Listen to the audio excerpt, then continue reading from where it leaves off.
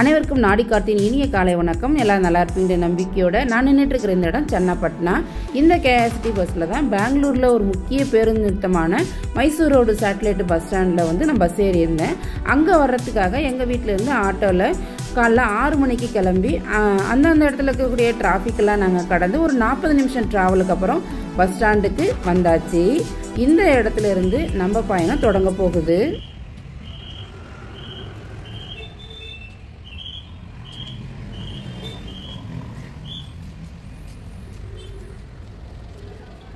Bangalore corporation circle இருந்து திருவண்ணாமலை, திருக்கோவிலூர், வந்தவாசி, கடலூர், விருத்தாச்சலம் இந்த வழித்தடத்தில் போகக்கூடிய பஸ் நம்ம நிறைய போகிறத பார்த்தோம். அதை நான் திருவண்ணாமலை போன வீடியோவில் நான் சொல்லியிருந்தேன். அது போல தான் இந்த சேட்டலைட் பஸ் ஸ்டாண்ட்லேயும் டிஎன்சிடி பஸ் நிறைய இருக்கிறத நான் பார்க்க முடிஞ்சது. இப்போ கேஎஸ்டி பஸ்ஸில் ட்ராவல் பண்ணுறதுனால அந்த பிளாட்ஃபார்ம் நோக்கி போயிட்டுருக்கோம். நம்மளுடைய பஸ் வர்றதுக்கு இன்னும் ஒரு அரை மணி நேரம் இருக்குது. காலையிலே கிளம்பியாச்சா, ரொம்ப பசியாக இருந்ததுனால நந்தினியில் பால் வாங்கி சாப்பிட்டுட்டு வெயிட் பண்ணுற சமயத்தில் எம்எம் ஹில்ஸு போகக்கூடிய கேஎஸ்டி பஸ் நிறையா இருக்கிறத பார்த்தேன். இது ரிசர்வேஷன் இல்லாதனால கூட்டம் அதிகமாக இருந்தது. நமக்கான பஸ்ஸு அது வந்துட்டுருக்கு. இது இங்கேருந்து காலையில் ஷார்ப்பாக 7:30க்கெலாம் கிளம்பிடுச்சு. நம்ம ஆன்லைனில் டிக்கெட் புக் பண்ணதுனால நமக்கு அது கொஞ்சம் ஈஸியாகவே இருந்ததுன்னே சொல்லலாம். Ticket fair, travelling time, morning breakfast எங்கே சாப்பிட்டோம், இந்த வழித்தடத்தில் எத்தனை நிறுத்தங்கள் இருக்குது, எவ்வளோ நேரம் எல்லா இடத்துலையும் நம்ம வெயிட் பண்ணி கிளம்பணும் அப்படிங்கிறத நான் உங்களுக்கு சொல்கிறேன். இந்த வழித்தடங்களில் எத்தனை மாவட்டங்களை கடந்து போக போகிறோம் அப்படிங்கிறத நம்ம இந்த வீடியோவில் தெரிஞ்சுக்கலாம். மாதேஸ்வரன் மலையில் இருக்கக்கூடிய கோவில் மட்டும் சிறப்பு கிடையாது, இந்த வழித்தடத்தில் இருக்கக்கூடிய இயற்கை சூழலுமே ரொம்பவே அழகாக இருந்தது. அது மட்டும் இல்லை, 27 ஹேர்பின் பெண்டோட என்னுடைய பயணம் இருக்கும் பொழுது ரொம்பவே த்ரில்லிங்காக இருந்தது. அந்த த்ரில்லிங்கான ட்ராவலை நான் உங்களோட ஷேர் பண்ணதில் எனக்கு ரொம்பவே சந்தோஷம். இதை பற்றி தெரிஞ்சிக்க வாங்க வீடியோக்குள்ளார போகலாம்.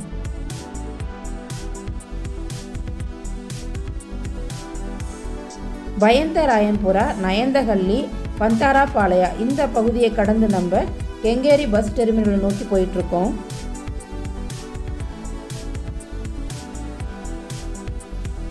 இந்த முக்கியமான பஸ் டெர்மினலுக்கு காலைல 7:45க்கு இந்த இடத்துக்கு நம்ம வந்தாச்சு. நம்ம இங்கிருந்து கூட இதே பஸ்ஸில் எம்எம் ஹில்ஸுக்கு ட்ராவல் பண்ண முடியும். அதுக்கு மெஜஸ்டிக்கில் இருந்து மெட்ரோ மூலமாக கெங்கேரி வந்து இந்த பஸ்ஸில் நம்ம பயணம் செய்யலாம்.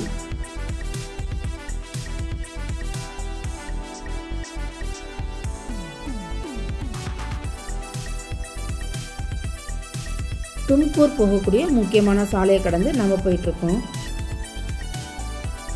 அடுத்து நம்ம அபிகிரி அப்படிங்கிற பிளேஸை நோக்கி வந்துட்டுருக்கோம். இந்த இடத்துல பஞ்சமுகி விநாயகர் கோவில் இருக்கும். இதை கடந்து நம்ம பயணம் தொடர்ந்து வந்துகிட்டே இருக்கு.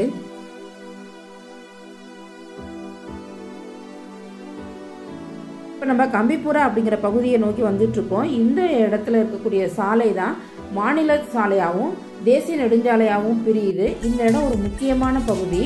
இதுவரைக்கும் நம்ம கர்நாடக மாநிலத்தில் இருக்கக்கூடிய பெங்களூர் மாவட்டத்துக்கு உட்பட்ட ஊரில் கடந்து நம்ம வந்தாச்சு. இது முதல் மாவட்டமாக அமைஞ்சிருக்கு இந்த வழித்தடத்தில். மாநில நெடுஞ்சாலை 17 இந்த ஜங்ஷனில் நம்ம ஸ்ட்ரைட்டாக போனோம்னா ஹோசாகுடிக்கு போகலாம். அடுத்து நம்ம பீமனஹள்ளி அப்படிங்கிற பகுதியை கடந்து நம்ம பயணம் தொடர்ந்து போயிட்டே இருக்கு.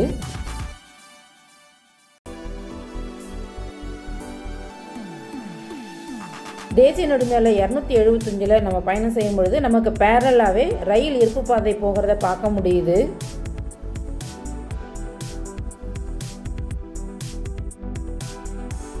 முதல் நிறுத்தமாக வரக்கூடிய ராம்நகரா இங்கிருந்து 14 கிலோமீட்டர் தூரத்தில் அமைஞ்சிருக்கு.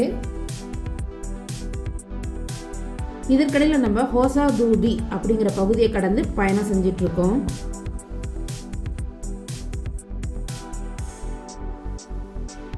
பெங்களூர், மைசூர் ரெண்டு முக்கியமான நகரத்தை இணைக்கக்கூடியது தான் மாநில நெடுஞ்சாலை SH17.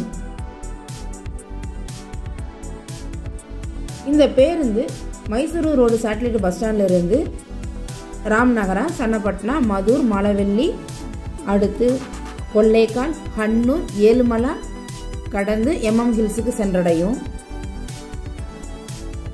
பெங்களூர்லேருந்து 210 கிலோமீட்டர் தூரத்துலையும் மைசூர்லேருந்து 150 கிலோமீட்டர் தூரத்துலையும் எம்எம் ஹில்ஸ் இருக்குது. இந்த வழித்தடத்தில் முதல் நிறுத்தமாக இருக்கிறது ராம்நகரா. அதை நோக்கி நம்ம போயிட்டு இருக்கும் பொழுது இந்த பேருந்து நிலையத்துக்கு முன்னாடி இருக்கக்கூடிய சிக்னல் பசவனபுரா அப்படிங்கிற பகுதியில் நின்றுட்டுருக்கோம். இந்த சிக்னலுக்கு அப்புறம் வரக்கூடியது விஜயநகர். இந்த இடத்துல இருந்து ராம்நகரா மாவட்டம் ஆரம்பிக்குது. ராமநகரம், ராம்நகர் அப்படின்னு சொல்லக்கூடிய இந்த பகுதி வந்து மைசூரை ஆண்ட திப்பு சுல்தான் காலத்தில் ஷம்ஷராபாத் அப்படிங்கிற பெயரில் இருந்திருக்கு. இந்த இடத்த சுற்றி பாறைகள் நிறையா இருக்கிறதுனால இதுக்கு பாறை நகரம்னும், இங்கே பட்டு வளர்ப்பு அதிகமாக இருக்கிறதுனால பட்டு நகரம் அப்படின்னு சொல்லி இதுக்கு சிறப்பு பெயரும் இருக்குது. ராம்நகரா பகுதியில் இருக்கக்கூடிய குணிகல் பகுதியையும் ஒசூரில் இருக்கக்கூடிய மதுகடப்பள்ளி பகுதியையும் இணைக்கக்கூடிய NH 948A நம்மளுடைய பயணம் தொடர்ந்து போயிட்டே இருக்கு.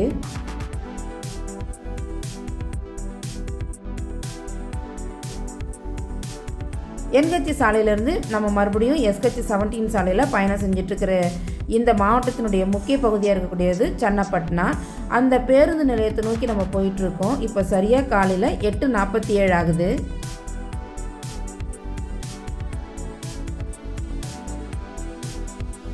இந்த இடம் பெங்களூர்ல இருந்து 60 கிலோமீட்டர் தூரத்தில், அதாவது கிட்டத்தட்ட நம்ம 1.25 மணி நேரம் டிராவல் பண்ணதுக்கப்புறம் சன்னப்பட்னா பேருந்து நிலையம் உள்ளே வந்துட்டு இருக்கோம். இந்த இடம் மைசூர்ல இருந்து 75 கிலோமீட்டர் தூரத்தில் அமைஞ்சிருக்கு. அந்த பஸ்ஸினுடைய விவரங்களை பிளாட்ஃபார்மில் நிறுத்தினதுக்கப்புறம் இறங்கி நான் உங்களுக்கு சொல்கிறேன்.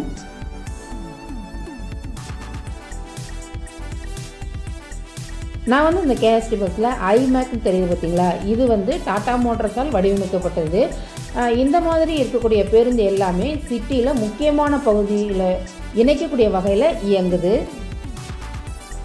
சேட்டலைட் பஸ் ஸ்டாண்டில் 7:30 கிளம்புன இந்த பஸ்ஸுக்கு அரை மணி நேரத்துக்கு முன்னாடி தான் எங்களுடைய பஸ்ஸினுடைய தகவல் எல்லாமே மெசேஜாக வந்தது. ஒரு 10 நிமிஷம் தான் நிற்கும்னு கண்டக்டர் சொன்னதுனால நம்ம சாப்பிட்டுட்டு வந்ததுக்கப்புறம் அடுத்த விஷயத்தை பற்றி பேசலாம்.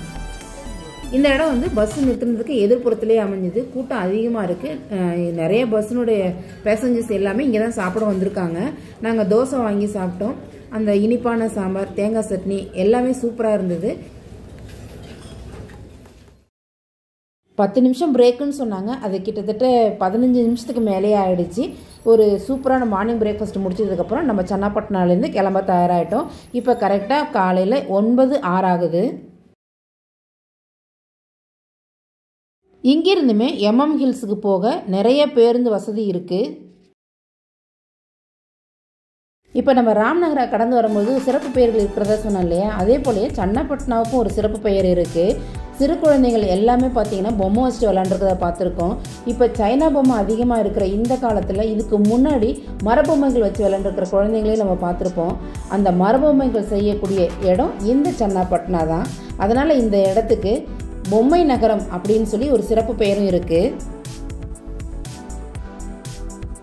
இது வரைக்கும் நம்ம எக்ஸ்பிரஸ்வேன்னு சொல்லக்கூடிய NH 275 பயணம் செஞ்சுட்டு வந்திருக்கிற இந்த இடம் பெல்லிக்கேரி.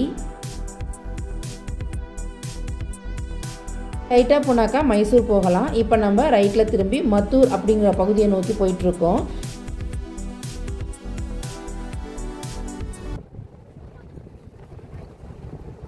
KSR பெங்களூரில் இருந்து நான் மைசூரை சுற்றி பார்க்கறதுக்கு மைசூர் எக்ஸ்பிரஸ் ட்ரெயினில் ட்ராவல் பண்ணும்பொழுது இந்த பிளேஸை பற்றி நான் சொல்லியிருப்பேன். இப்போ நம்ம பேருந்து மூலமாக அதே இடத்துக்கு போக போகிறோம். ஜங்ஷனில் லெஃப்ட் போகக்கூடியது பைபாஸ் சாலை வழியாக பெங்களூருக்கு போகலாம். நம்ம ரைட்டில் திரும்பி மத்தூர் பேருந்து நிலையத்தை நோக்கி போயிட்டுருக்கிற இந்த நேரம் காலையில் 9:26 ஆகுது. இந்த இடத்துல அதிகமான பூக்கள் விற்கக்கூடிய பகுதியாக பார்க்க முடியுது. மத்தூர் பேருந்து நிலையம் உள்ளே வரும்பொழுதே மத்தூர் வடைன்னு விற்கிறத நாங்கள் கேட்டுட்ருந்தோம். இது ஒரு ஃபேமஸான, வேர்ல்டுலேயே மிக பாப்புலரான ஒரு ஸ்நாக்ஸ்னே சொல்லலாம். கர்நாடகா ஃபுட்டில் இது ஒரு முக்கியமான ஃபுட்டு. இந்த வடையை நான் அந்த ட்ரெயினில் ட்ராவல் பண்ணும்பொழுது சாப்பிட்ருக்கேன். டேஸ்ட் ரொம்பவே நல்லா இருந்தது. இன்றைக்கி நாங்கள் வாங்கலை. இப்போ நம்ம பேருந்து நிலையத்துலேருந்து நம்ம மறுபடியும் கிளம்ப ஆரம்பித்தாச்சு.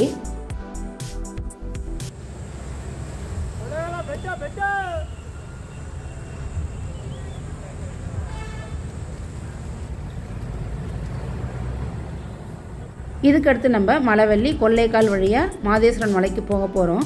இப்போ கண்டக்டர் வந்து கொள்ளைக்கால் பெட்டான்னு சொன்னார் பார்த்தீங்களா, அது ஹில்ஸ் தான் அதை மாதிரி சொல்லியிருந்தாங்க. அத்தூர் வடைக்கு மட்டும் ஃபேமஸ் கிடையாது. இந்த ஊரில் இருக்கக்கூடிய நரசிம்மர் கோவிலில் தமிழ் எழுத்துக்கள் கொண்ட கல்வெட்டை பார்க்க முடியும்.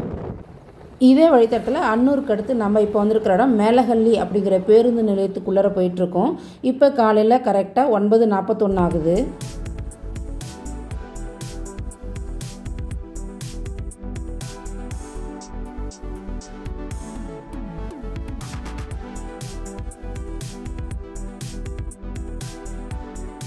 டூ மினிட்ஸ் பிரேக்குக்கு அப்புறம் நம்ம இங்கிருந்து கிளம்பிட்டோம்.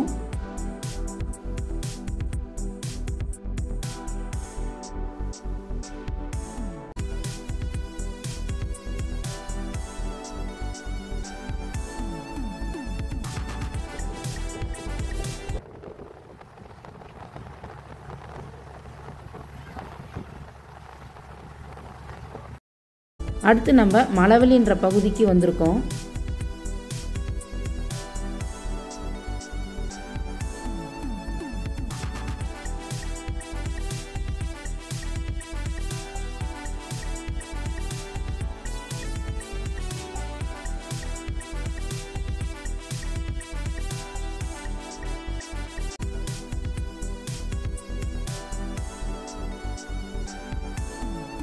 டூ மினிட்ஸ் பிரேக்குக்கு அப்புறம் நம்ம மாலவெளியிலிருந்து கிளம்பிட்டோம்.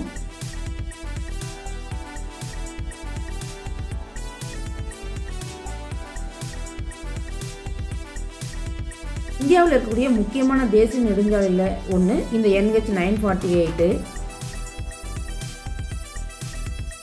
இந்த தேசிய நெடுஞ்சாலை தமிழ்நாட்டில் இருக்கக்கூடிய கோயம்புத்தூர்ல இருந்து பெங்களூரை இணைக்கக்கூடிய வகையில் அமைஞ்சிருக்கும்.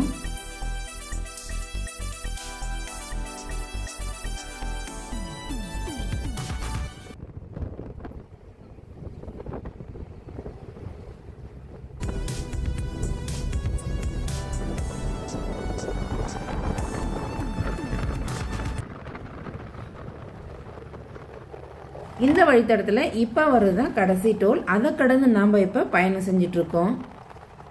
NH 948 வழியாக நம்ம சத்தியமங்கலம் வனவிலங்கு சரணாலயத்துக்கு போகும்பொழுது இருவழி சாலையாக இருக்கக்கூடிய இது ஒற்றை வழி பாதையாக அமைஞ்சிருக்கும். இவ்வளோ நேரம் டிராவலுக்கு அப்புறம் இந்த இடத்துல தான் நான் அதிகமான வேப்ப மரங்களை பார்க்க முடிஞ்சுது. இந்தியாவிலையும் ஃபஸ்ட்டு, ஏசியாவிலையும் ஃபஸ்ட்டாக இருக்கக்கூடிய ஹைட்ரோ எலக்ட்ரிக் பவர் ப்ராஜெக்ட் 1902 கட்டப்பட்டது. இந்த இடம் மல்லியாத்தனஹள்ளி அப்படிங்கிற பிளேஸில் அமைஞ்சிருக்கு. இது சாமராஜநகர் மாவட்டத்தில் கர்நாடக மாநிலத்தில் அமைஞ்சிருக்கக்கூடிய ஒரு முக்கியமான பகுதி. இந்த பவர் ப்ராஜெக்ட் சிவசமுத்திரம் ஃபால்ஸை ஒட்டி அமைஞ்சிருக்கு. அதுவும் காவேரி கரை பகுதியில் இருக்குன்றது ஒரு சிறப்பு. மலவெள்ளி பகுதியிலிருந்து ஒரு 29 கிலோமீட்டர், கிட்டத்தட்ட 40 நிமிஷத்துக்கு அப்புறம் நம்ம காவேரி பேட்டை அப்படிங்கிற இடத்துக்கு வந்திருக்கோம். இங்கே பாராச்சுக்கி வாட்டர் ஃபால்ஸ் அப்படின்னு சொல்லி ஒன்று இருக்கிறதா நாங்கள் பஸ்ஸில் ட்ராவல் பண்ணிட்டு வரும்போது பேசஞ்சர் ஒருத்தவங்க சொல்லியிருந்தாங்க. நீங்கள் இந்த இடத்துக்கு போனீங்கன்னா எப்படி இருந்தது அப்படிங்கிறத கமெண்ட் பண்ணி சொல்லுங்கள்.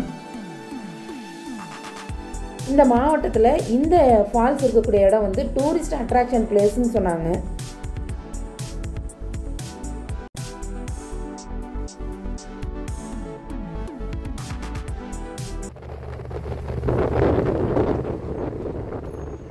காவேரி ஆறு ஓடக்கூடிய இந்த பாலம் வந்து ரொம்ப குறுகலாக இருக்கிறதுனால இந்த பாலத்தில் ஒரு பஸ்ஸு தான் போகவோ வரவோ முடியும்.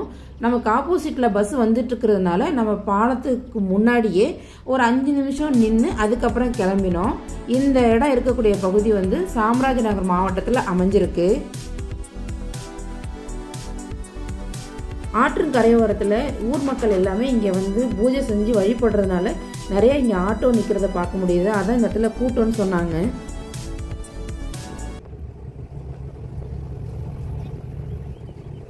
சுற்றிலும் காவேரி ஆறு ஓடுறதுனால வயல்வெளியெல்லாம் பார்க்க ரொம்பவே அழகாக இருந்தது. இப்போ நம்ம கொள்ளைக்கால் நோக்கி போயிட்டுருக்கோம். இங்கேருந்து 11 கிலோமீட்டர் தூரத்தில் அது அமைஞ்சிருக்கு. இந்த சாலை வழியாக நம்ம போகும்பொழுது நமக்கு ஆப்போசிட்டில் தெரியுது பார்த்தீங்களா, அது வந்து ஊருக்குள்ளே போகாமல் பைபாஸ் சாலை வழியாக நம்ம MM ஹில்ஸுக்கு போக முடியும்.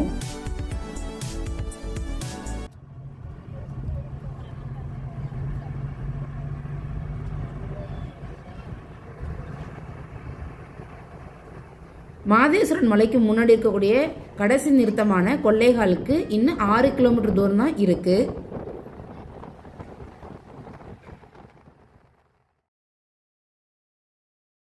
உங்களுடைய இடப்பக்கத்தில் வரக்கூடிய இந்த ரோடு வந்து கொள்ளைகால் டவுனுக்குள்ளே போகாமல் வரக்கூடிய பைபாஸ் சாலை.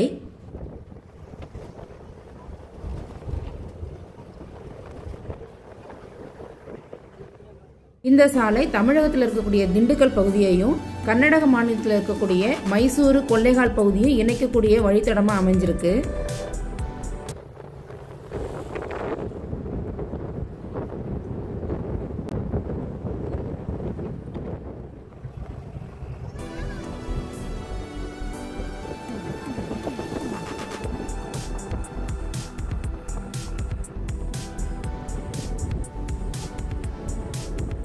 நமக்கு முன்னாடி போகிற இந்த பேருந்து வந்து மதுரிலிருந்து மாதேஸ்வரன் மலை வரைக்கும் போகக்கூடியது. கொள்ளைகால பேருந்து நிலையத்துக்கு காலையில் 10:44க்கு வந்திருக்கோம். இது வரைக்கும் நம்ம 3 மணி நேரம் 10 நிமிஷம் ட்ராவல் பண்ணி வந்திருக்கோம். 2 நிமிஷம் ஹால்ட்டுக்கு அப்புறம் நம்ம இங்கிருந்து கிளம்பிட்டோம். இந்த இடத்துக்கும் பட்டு நகரம் அப்படிங்கன்னு ஒரு சிறப்பு பெயரும் இருக்கு. ஆங்கிலேயர்கள் இந்த இடத்துல ஆட்சி செஞ்ச போது இந்த பகுதி சென்னை மாகாணம் கோயம்புத்தூர் மாவட்டத்தோட இருந்தது. அதன் பிறகு இப்போ அது சாம்ராஜ் நகர் மாவட்டத்தோட இணைஞ்சிடுச்சு. இதனால என்னவோ தெரியல, இந்த இடத்துல வசிக்கக்கூடிய மக்கள் தமிழ், தெலுங்கு, கன்னடம் 3 மொழி பேசக்கூடியவங்களும் இருப்பாங்க. காவேரி கரை ஓரமாக அதிகமான தமிழ் மக்கள் இருக்கிறத பார்க்க முடியும். நம்ம இப்போ அந்தியூர் வழியாக மாநில நெடுஞ்சாலை 38 பயணம் செஞ்சிட்ருக்கோம்.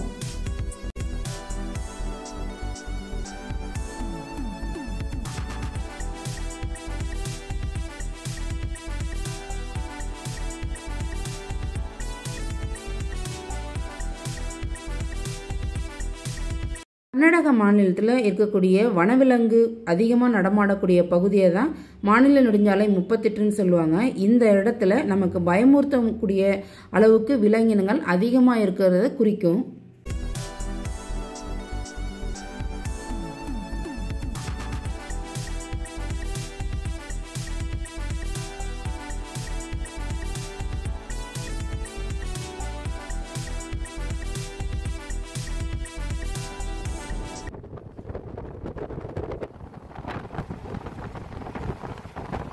இந்த இடத்துக்கு நம்ம வரும்பொழுது ஃபுல் ட்ரை ஏரியாவாக இருக்குது. இது வரைக்கும் நம்ம வயல்வெளியெலாம் பசுமையான பகுதியை பார்த்துட்டு வந்தோம். தூரத்தில் சோலார் பேனல் ப்ராஜெக்ட் நடந்துகிட்ருக்கிறத பார்க்க முடிஞ்சுது. மாநில நெடுஞ்சாலை 79 இப்போ நம்ம பயணம் செய்யும் பொழுது ஹன்னூர் அப்படிங்கிற பேருந்து நிறுத்தத்துக்கு காலையில் நம்ம 11:14க்கு உள்ளே வந்து 2 மினிட்ஸ் ஹால்ட்டுக்கு அப்புறம் நம்ம இங்கேருந்து கிளம்பிட்டோம். ஏறினதுலேருந்து இது வரைக்கும் 176 கிலோமீட்டரை கடந்து வந்திருக்கோம்.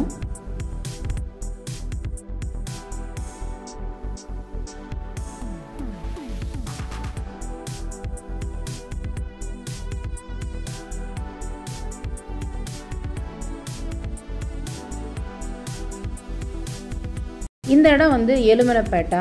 இந்த இடத்துல இருந்து காட்டு பகுதியில் நம்ம பயணம் செய்கிறது நல்லாவே நாங்கள் ஃபீல் பண்ணோம். இங்கிருந்து நம்ம சிங்கிள் ரோடாகவே இருக்கிறத பார்க்க முடியும். இந்த பகுதியில் அதிகமான விலங்குகள் நடமாட்டம் இருக்குது அப்படின்னு சொல்லி நமக்கு இன்ஃபர்மேஷன் வந்து நிறைய இடத்துல நோட்டிஃபிகேஷன் பண்ணியிருந்தாங்க. அதுவும் யானைகள் அதிகமாக இருக்கக்கூடிய பகுதியாக இந்த இடத்துல சொல்லியிருக்காங்க. மாதேஸ்வரன் மலைக்கு சோலோவோ இல்லை ஃபேமிலியோடு நம்ம வரும்பொழுது ரொம்பவே கவனமாக இருக்கணும். எந்த இடத்துலையும் நம்ம நிறுத்தம் இல்லாமல் தொடர்ந்து நம்ம பயணம் செய்யும் பொழுது நமக்கு அது சேஃப் ஜேர்னியாகவே இருக்கும். ஏழுமலைப்பேட்டா அப்படிங்கிற பகுதியில் நம்ம வரும்பொழுது சுற்றிலும் எங்கேயுமே வீடு இருக்கிறதாவே தெரியல. ட்ரையான ஏரியாவே நல்லா பார்க்கும்போதே தெரியுது. மரங்கள் அதிகமாக இருக்கிறதும் விலங்குகள் அதிகமாக இருக்கக்கூடிய பகுதியும் ஒவ்வொரு இடத்துலையும் நோட்டிஃபிகேஷன் கொடுத்துக்கிட்டே இருக்காங்க.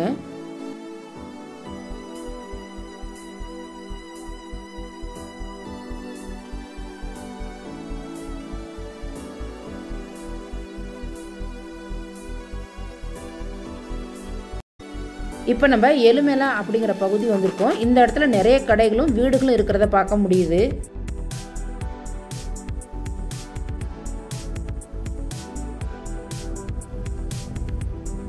இப்போ வர பொன்னாச்சி அப்படிங்கிற சிறிய கிராமம் தான் சாம்ராஜ் மாவட்டத்தில் இருக்கக்கூடியது.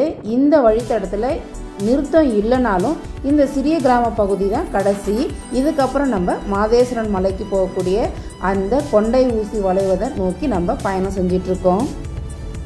இது வரைக்கும் நம்ம SH 79 சாலையில் பயணம் செஞ்சிட்ருக்கிற இந்த நேரம் சரியாக மதியம் 12:03 ஆகுது. இங்கே நிறைய பேர் கூட்டமாக நிற்கிறத பார்த்தாக்கா இவங்கெல்லாம் கோவிலுக்கு போயிட்டு திரும்பி வந்து இங்கே கொஞ்ச நேரம் ரெஸ்ட் எடுத்துகிட்டு கிளம்புவாங்கன்னு நான் நினைக்கிறேன். ஜல்லி, மணல், சிமெண்ட்லாம் இருக்கிறத பார்க்க முடிஞ்சது. அநேகமாக கோயிலுக்கு வர்றவங்களுக்கு தேவையான வசதிகள்லாம் செய்யறதுக்கான பணி நடந்துட்டுருக்குன்னு நினைக்கிறேன். என்னன்னு தெரியல, நம்ம போக போக பார்க்கலாம். நாம் மலை ஏற தொடங்கியாச்சு. இப்போ நம்ம ஃபஸ்ட்டு ஹேர்பின் பெண்டை நோக்கி போயிட்டுருக்கோம். மலை ஏற ஆரம்பித்தோடனே எதிர்ப்புறத்தில் நிறைய பேருந்து வர்றதையும் பார்க்க முடியுது. நம்ம பேருந்துலேயும் சிவனை பற்றிய பாடல்கள் ஒலிக்க ஆரம்பிச்சிடுச்சு. இந்த மாதேஸ்வரன் மலைக்கு தமிழகத்தில் இருக்கக்கூடிய சேலம் மாவட்டத்திலிருந்து மேட்டூர் வழியாக நம்ம இந்த இடத்துக்கு வர முடியும். மேட்டூர்லேருந்து இங்கே நம்ம வரணும் அப்படின்னு சொன்னாக்கா 1.25 மணி நேரத்தில் 50 கிலோமீட்டர் கடந்து வரும்போது நமக்கு டிஎன்சிடி பஸ்ஸும் கேஎஸ்டி பஸ்ஸுமே அவைலபிலிட்டி இருக்குது.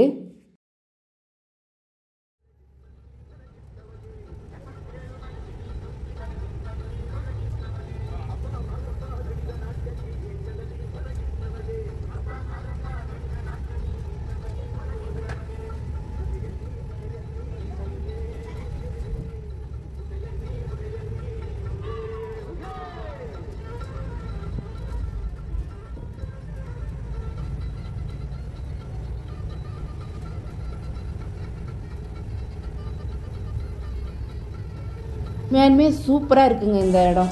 இந்த இடத்துலேருந்து நம்ம எதிர்ப்புறத்தில் தெரியக்கூடிய மலைகள்லாம் பார்க்கும் பொழுது ஒரு பனி மூட்டத்தில் அந்த பகுதி அமைஞ்சிருக்கிற மாதிரி இருக்கிறது பார்க்க ரொம்பவே அழகாக இருந்தது. இந்த வளைவில் நம்ம வரும்பொழுது எதிர்ப்புறத்தில் கட்டட பணிக்கு தேவையான பொருட்கள்லாம் இருக்க பார்க்க முடியுது. ரொம்பவே கவனமாக வரணும். இன்றைக்கி நான் ட்ராவல் பண்ணிட்டு வர இந்த பகுதி எனக்கு ரொம்பவே பிடிச்சிருந்ததுன்னே சொல்லலாம். மலை மேலே நம்ம பல வளைவுகளை கொண்டு ஏறினாலும் அந்த இயற்கை சூழலோடு அந்த பயணம் செய்கிறது ரொம்ப சூப்பராக இருந்தது.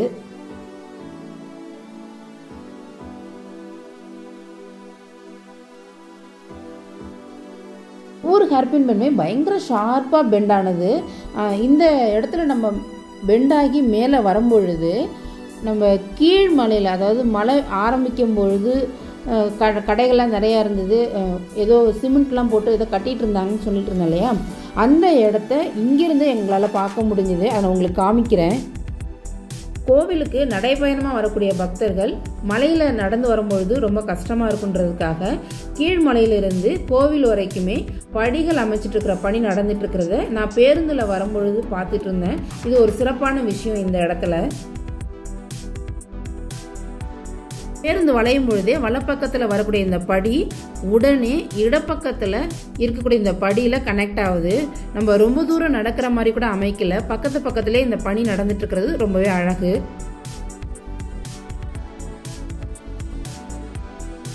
இயற்கை அழகோடு இருக்கக்கூடிய இந்த காட்டு பகுதியை நம்ம தூய்மையாக வச்சுருக்கணும். அதற்காக அங்கங்கே இருக்கக்கூடிய தூய்மை பணியாளர்கள் ஒவ்வொரு இடத்துலையும் வெயில் கூட பார்க்காம தூய்மை செய்கிறத பார்த்துட்டு இருக்க முடிஞ்சுது.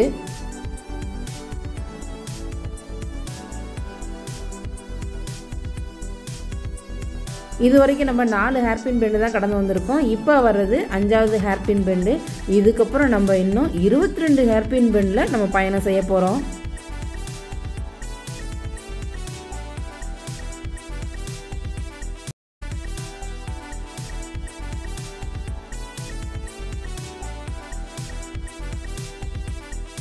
நமக்கு எதிர்ப்புறத்தில் ப்ரைவேட் பஸ் வர்றதையும் நம்மளால் பார்க்க முடியுது.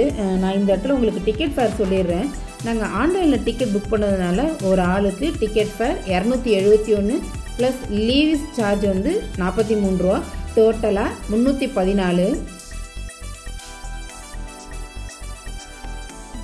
நம்ம ஃபஸ்ட்டு ஹேர்பின் பெண்ட்லேருந்து இது வரைக்கும் பார்த்தோம்னா ட்ராவல் பண்ணும்பொழுது மலை மேலே ஏறுறது நல்லாவே தெரியும்.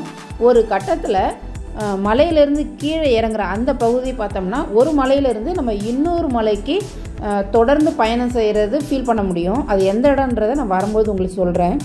இந்த இன்ட்ரெஸ்டிங்கான விஷயத்தை தெரிஞ்சுக்க வீடியோ ஸ்கிப் பண்ணாமல் தொடர்ந்து பார்த்துட்டே வாங்க.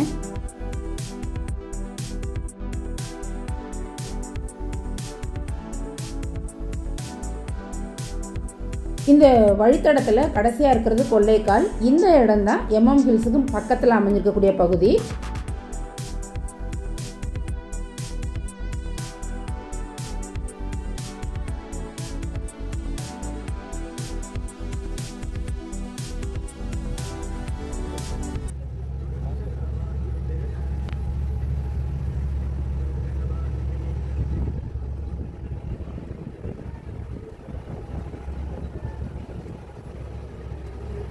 நமக்கு முன்னாடி போகிற இந்த கேஎஸ்டி பஸ் கொள்ளைகாலிலிருந்து வருது.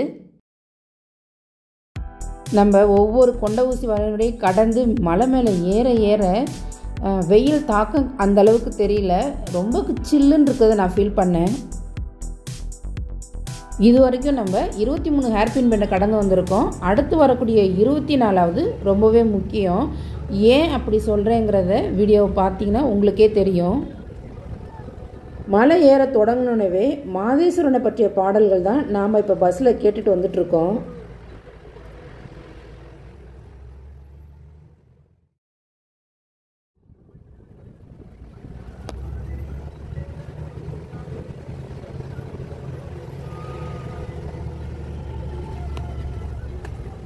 ஆரம்பத்திலே சொல்லியிருப்பேன், மலை ஏறிட்டே இருப்போம், திடீர்னு ஒரு இடத்துல பார்த்தீங்கன்னா இறக்கம் வரும்னு சொன்னோம் இல்லையா, அது இந்த இடம் தான். அங்கே பாருங்களேன், கீழேருந்து வரக்கூடிய கேஎஸ்டி பஸ்ஸு மேல் நோக்கி மேலே ஏறுற மாதிரியும், நம்ம போயிட்டுருக்கிற இந்த இடம் பார்த்திங்கன்னா கீழே இறங்கி நம்ம அடுத்து வரக்கூடிய கொண்ட ஊசி வழியாக நம்ம போக போகிறோம். இந்த இடத்த தான் நான் சொல்லியிருந்தேன்.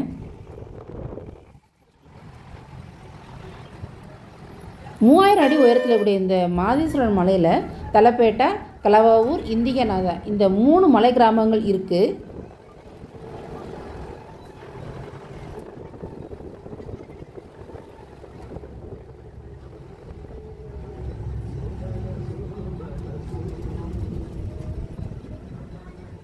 இந்த மலையை சுற்றி இருக்கக்கூடிய 3 கிராமங்களுக்கும் இந்த கோவில் ஒரு முக்கியமானதாகவே அமைஞ்சிருக்கு. நான் இந்த பஸ்ஸில் வந்துட்டு இருக்கும் பொழுது சொந்த வாகனத்தில் சாலை வழியாக பயணம் செய்கிறவங்களுக்கு குடிநீர் தேவையை பூர்த்தி செய்கிற மாதிரி அங்கங்கே தண்ணீர் தொட்டி இருக்கிறத என்னால் பார்க்க முடிஞ்சுது.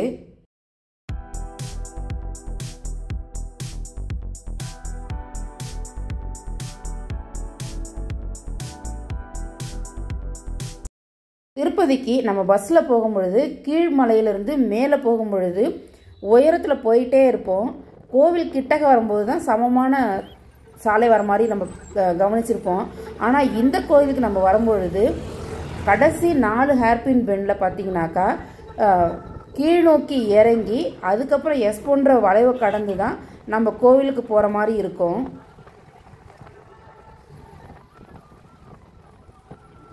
நாம் இப்போ 26 ஹேர்பின் பெண்டை கடந்து வந்துட்டுருக்கிற இந்த இடத்துல தான் அங்கங்கே வீடுகள்லாம் இருக்கிறத பார்க்க முடியுது. பஸ்ஸில் போயிட்டு இருக்கும்பொழுதே மலையிலேருந்து நம்ம கீழே இறங்குறது நல்லாவே எங்களுக்கு தெரிஞ்சுது.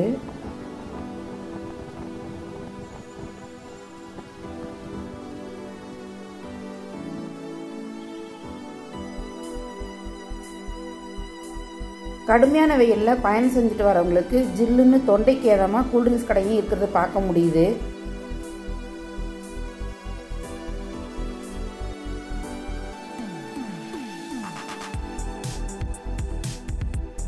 நடைப்பயணமாக கோயிலுக்கு வரவங்களுக்கு படிக்கட்டு மட்டும் அமைச்சு தரல, அங்கங்கே இலைப்பாறத்துக்கு தேவையான மண்டபமும் இருக்கிறத பார்க்க முடியுது.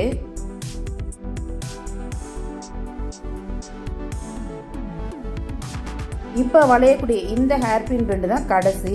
இதுக்கப்புறம் வரக்கூடிய சாலை வந்து எஸ் போன்ற வடிவத்தில் அமைஞ்சிருக்கும்.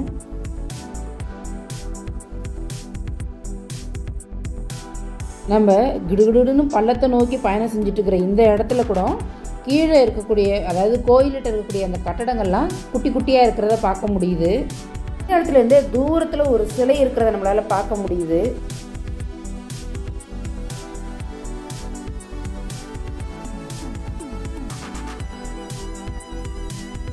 இந்த வீடியோவில் சொன்ன தகவல் உங்களுக்கு பிடிச்சிருந்தது அப்படின்னு சொன்னாக்க மறக்காமல் ஒரு லைக் பட்டனை தட்டி விட்டு உங்கள் ஃப்ரெண்ட்ஸுக்கும் ரிலேட்டிவ்க்கும் இதை ஷேர் பண்ணுங்கள்.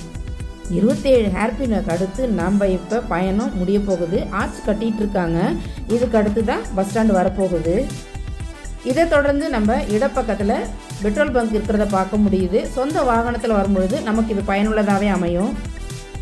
அடுத்து நம்ம உள்ளே வரும்பொழுது நம்மளுடைய இடப்பக்கத்தில் நிறைய புது கட்டடங்கள் இருக்கிறத பார்க்க முடியுது. இது எல்லாமே தங்கக்கூடிய வசதிகள் நிறைந்த அறைகளாக இருக்குன்னு நான் நினைக்கிறேன். இன்னும் இது பயன்பாட்டுக்கு வரலை.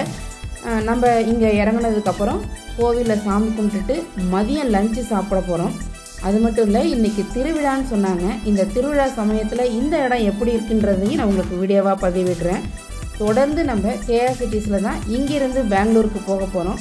அந்த சமயத்தில் எத்தனை மணிக்கு ஏறணும், டிக்கெட் ஃபேர் எவ்வளோ, ட்ராவலிங் டைம் என்ன அப்படிங்கிற எல்லா தகவலுமே அடுத்தடுத்த வீடியோவில் நான் உங்களுக்கு பதிவிடுறேன். இது போன்ற தகவல்லாம் தொடர்ந்து தெரிய வரணும் அப்படின்னு சொன்னாக்கா மறக்காமல் சப்ஸ்கிரைப் பண்ணிட்டு பக்கத்தில் இருக்கிற பெல் பட்டனை ஆளில் வச்சுக்கிங்க. அப்போ தான் நான் அடுத்தது போடக்கூடிய வீடியோ உங்களுக்கு உடனுக்குடன் நோட்டிஃபிகேஷனாக வந்து சேரும். மதியம் 12:41க்கு நம்ம பஸ் ஸ்டாண்டுக்கு வந்தாச்சு. கிட்டத்தட்ட 5 மணி நேரம் 11 நிமிஷம் நம்ம ட்ராவல் பண்ணிட்டு வந்திருக்கோம். மீண்டும் நம் சொந்தம் தொடர புதிய வீடியோவில் சந்திப்பது உங்கள் நாடி கார்த்தி. தேங்க்யூ ஃபார் வாட்சிங். நன்றி, வணக்கம்.